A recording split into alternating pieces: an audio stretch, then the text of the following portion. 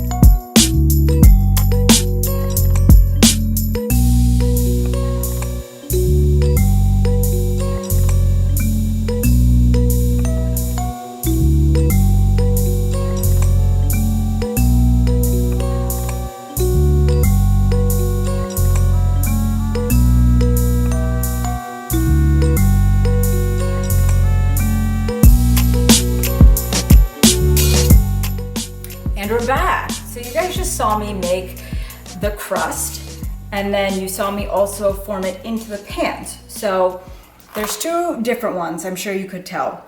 This one is for the cheesecake, so we decided not to go up the sides. These are actually not the normal pans you would use for a cheesecake pan. So there's a springform pan, and you guys might have one, you might have heard of one. So if you have one of those, definitely go for that. And this one is the pecan pie crust.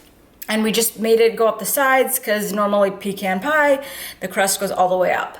And so we'll just fill the filling up to the part where the crust is up to.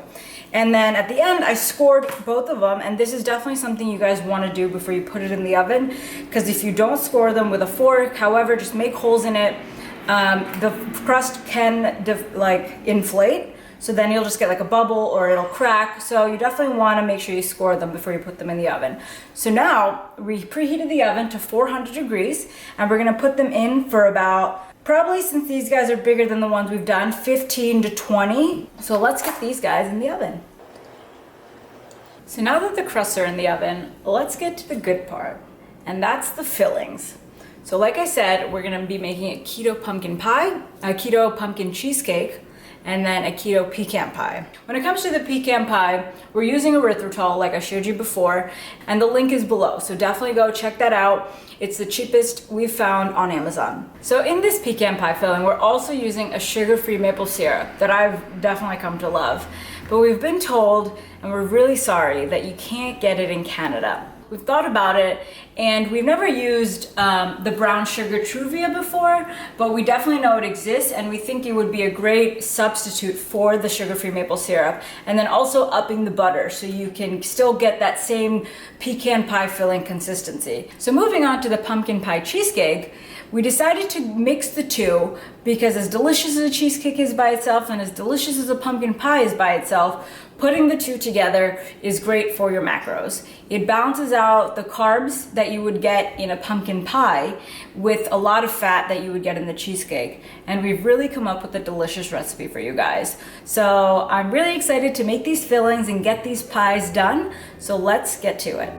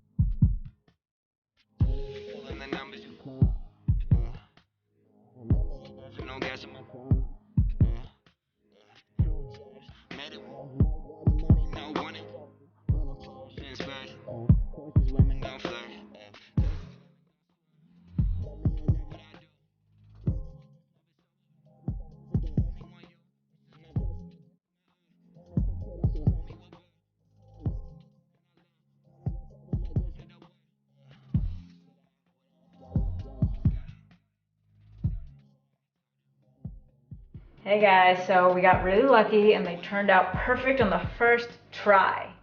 The pumpkin pie, it came out and you saw it was a little poofed up, but we let it settle and it leveled out. And then the pecan pie, This has been sitting for a couple hours, so it's definitely like the perfect consistency when we slice into it. It's gonna be nice and thick and just really hearty. So we're really excited for that, but we can't just yet. Since it's really dark, it took a while to do all of this. We can't slice into it because we don't have good lighting for our pictures, and that's also very important. It's another aspect you guys don't really get to see. We have to cut into everything, take a lot of pictures. Matt takes around 40 to 3 million, and then we have to, sometimes we even reheat our food because we took so many pictures and we had to get the lighting just right. So we don't eat all the time, like just right away, like you probably think we do. So for these, we're gonna wait to cut into them so we can get good pictures for you, and we'll probably do that tomorrow morning. Another tip we realized when doing this was that putting the crust up to the sides, you can see it's brown. We got lucky it didn't burn too badly, but maybe instead of putting the crust up to the sides, just do the same crust as we did for the cheesecake so it doesn't burn. Bring us a toy.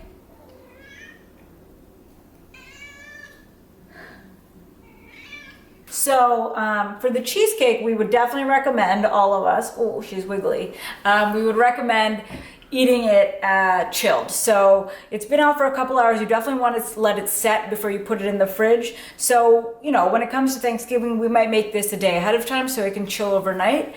And then when it comes to the pecan pie, we like ours room temperature. You can also reheat it. So yeah, so that is our video for you guys on a keto pumpkin cheesecake and a keto pecan pie, so you guys can indulge in dessert on Thanksgiving Day too. So definitely subscribe, read the post that goes along with it, and happy Thanksgiving.